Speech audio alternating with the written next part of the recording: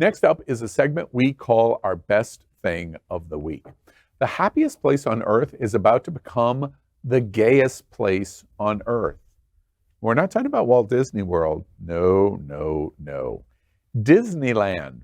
After hours of special events promotion and planning, Disneyland After Dark is born, and it's making a new change this year, announcing that it will host its first ever Pride celebration this June. Disneyland After Dark Pride Night is set to be held on June 13th and June 15th and will feature events, special menu items, and merchandise themed for celebrating the LGBTQ plus community for Pride Month. It includes after-hours park admission, photo opportunities, Disney characters, and themed entertainment, and begins with a 3-hour pre-party mix-in. There will also be special snacks created for the event, including a chocolate almond churro, spiced beef potato loaded bites, berry cheesecake, funnel cake, and grapefruit lemonade soda. I'm not sure why we told you all of that. Best thing of the week, and by the way, I'm sure Moms for Liberty and the Proud Boys are lining up at the gate right now as we speak. Disney Park is going to host the historic first ever Pride Night celebration in June. What do we think about what Disney's doing? It's amazing. I love that. I can't believe it's their first time doing this. Though, right? By the way, first time ever. And by the way, and this is with Gay Days in Orlando, which is the biggest Disney Embrace celebration in the world for LGBT. We're talking about this on the same day that Disney sues Ron DeSantis. Yes. Same day. And can I tell you, like, I think this is a huge story because I came out 21 years ago. I was outed, and the reason why is because I was going to a Gay Days event, and Gay Days back then was not a Disney funded or supported event. You just showed up in a red shirt.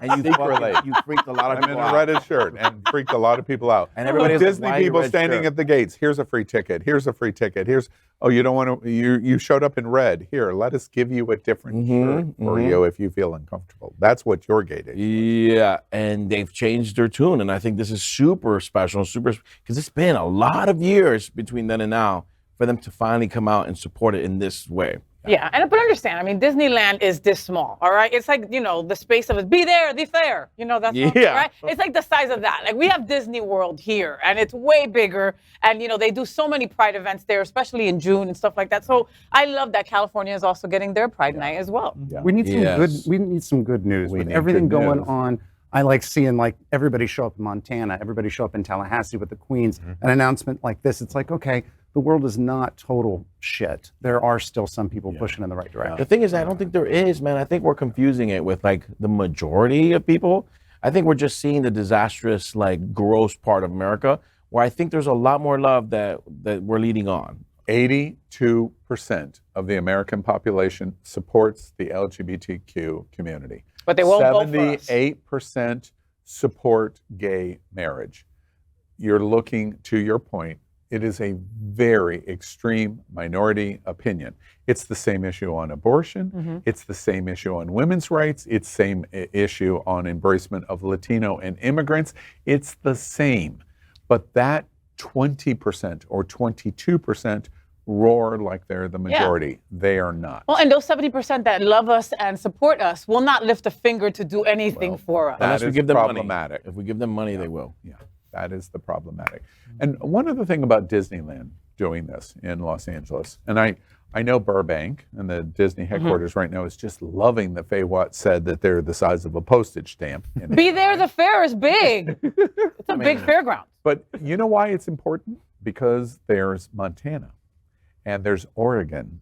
Oregon's very embracing, but people in surrounding states. From the western half of America, Disneyland is their destination. Right. Where are we going to win when we go and win the Super Bowl? Texas could decide to come to Orlando, or they could decide to come to Anaheim. So as a result, they get this. Or come to Gay Days, first week in June. Either way, Disney is weighing in. And one of the things that I just say is really beautiful about this embracement is they could have backed away completely. Yeah. They're under full attack of the strongest anti-LGBT, strongest women's, strongest anti-trans, strongest anti-drag voice in America and arguably the entire world. And Disney is saying, not only do we reject you and we support our schools and our kids' voices, we support drag, we support trans, we support LGBT, and now we're taking you to federal court to prove it.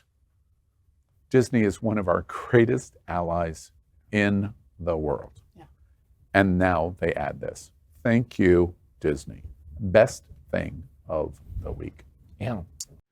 LGBTQ plus news is vital for our community and for the broader world as a whole.